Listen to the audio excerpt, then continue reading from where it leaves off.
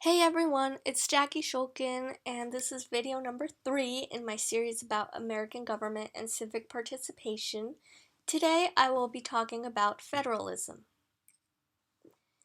So first off, the Constitution and the Martial Court. And by the Martial Court, I'm referring to a couple Supreme Court cases that I will be talking about that were decided while John Marshall was Chief Justice of the Supreme Court.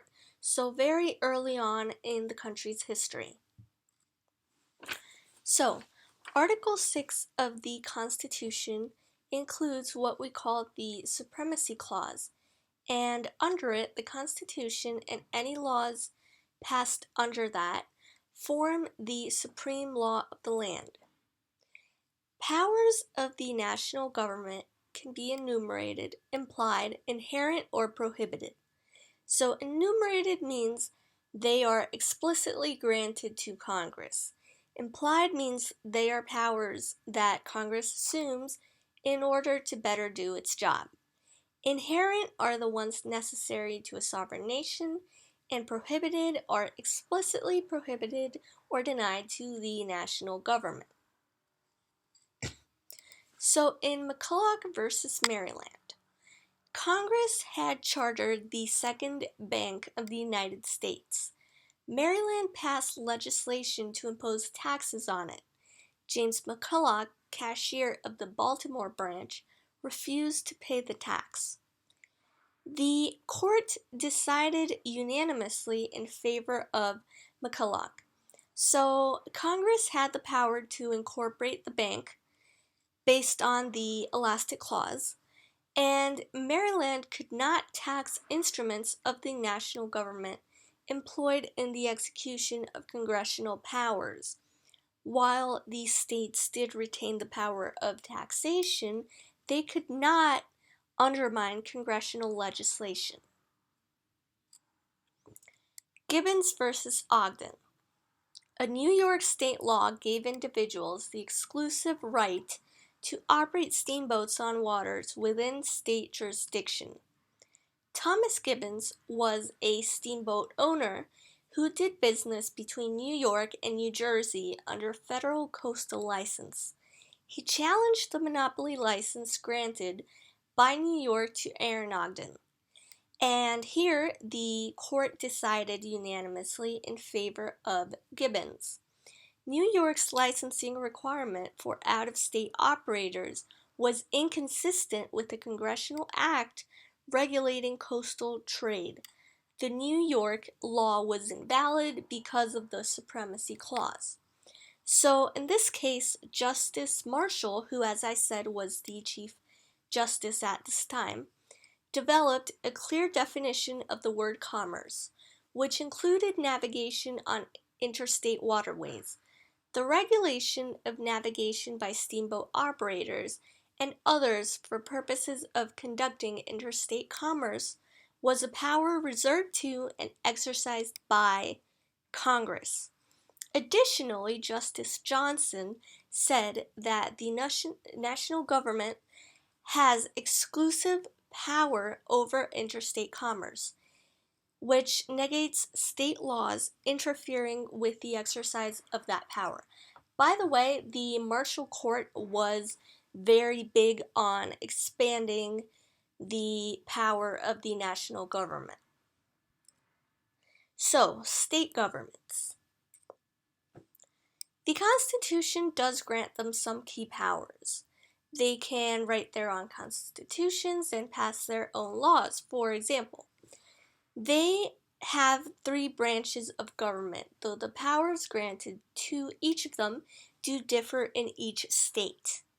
However, the vast expanse of the national government has led some to conclude that state governments are of secondary importance, but recently, many states have reasserted their strength.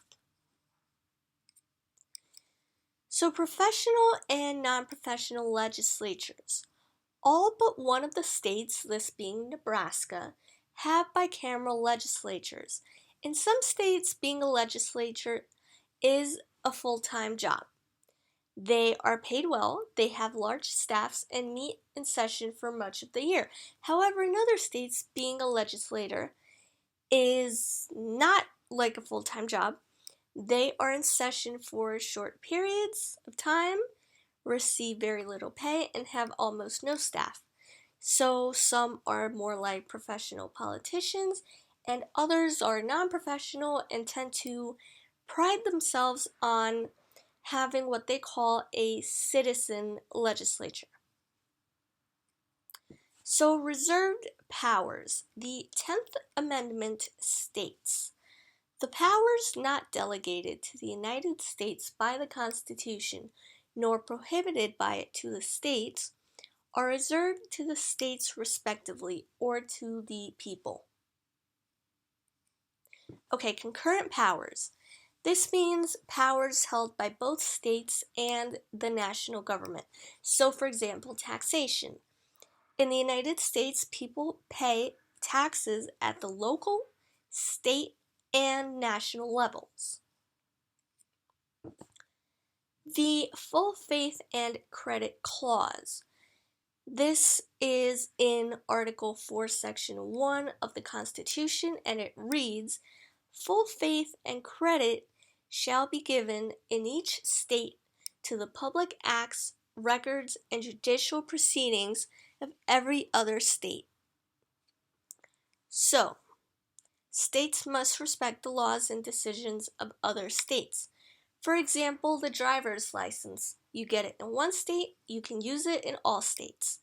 A state's decision is binding on all other states, and states must honor one another's laws. Local governments.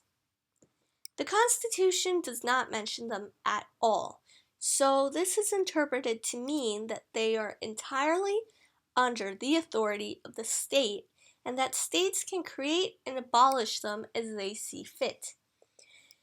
So, for example, in 1995, Illinois gave the mayor of Chicago almost complete control over the Chicago school system because the previous Board of Education had failed to improve schools.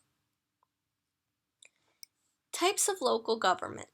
In order for local government to have power, it must be granted a charter by the state specifying its powers and responsibilities.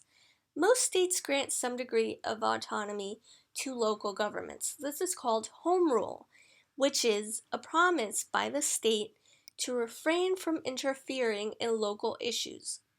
However, ultimately states could take away power even if the local government has home rule. Some states have a patchwork of villages, townships, counties, and cities, all with different powers. A special district is one created to deal with a single issue or problem. It frequently overlaps with other types of local government, and the powers that they possess varies greatly.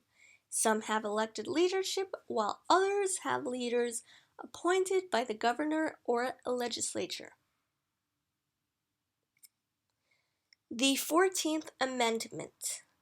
It reads in Section 1, "All persons born or naturalized in the United States and subject to the jurisdiction thereof are citizens of the United States and of the state wherein they reside. No state shall make or enforce any law which shall abridge the privileges or immunities of citizens of the United States, nor shall any state deprive any person of life, liberty, or property without due process of law, nor deny to any person within its jurisdiction the equal protection of the laws." So, to break this down a bit, the three parts that are in red, the first part, "No state shall make or enforce any law which shall abridge the privileges or immunities of citizens of the United States," that is called the Privileges and Immunities Clause. The second part, "Nor shall any state deprive any person of life, liberty, or property without due process of law," is called the Due Process Clause. And the last part, nor deny to any person within its jurisdiction the equal protection of the laws, is called the Equal Protection Clause. And this amendment limited state power a lot. So, new federalism, which is kind of what we are experiencing right now in the country. Devolution is a policy of giving states power and responsibility for some programs. United States versus Lopez.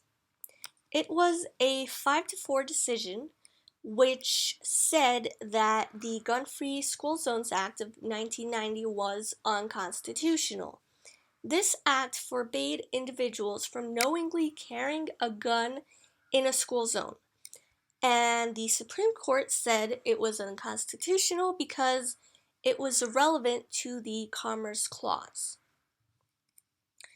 In United States versus Morrison, once again a 5-4 decision, the court declared the Violence Against Women Act of 1994 unconstitutional. It held that Congress lacked the authority to enact a statute under the Commerce Clause or the 14th Amendment, since the statute did not regulate an activity that substantially affected interstate commerce, nor did it redress harm caused by the state. So, just to refresh, the Commerce Clause refers to the part in the Constitution where it says that Congress regulates interstate commerce. That was in the video about the Constitution, so that's what it's called, the Commerce Clause. Federalism in practice.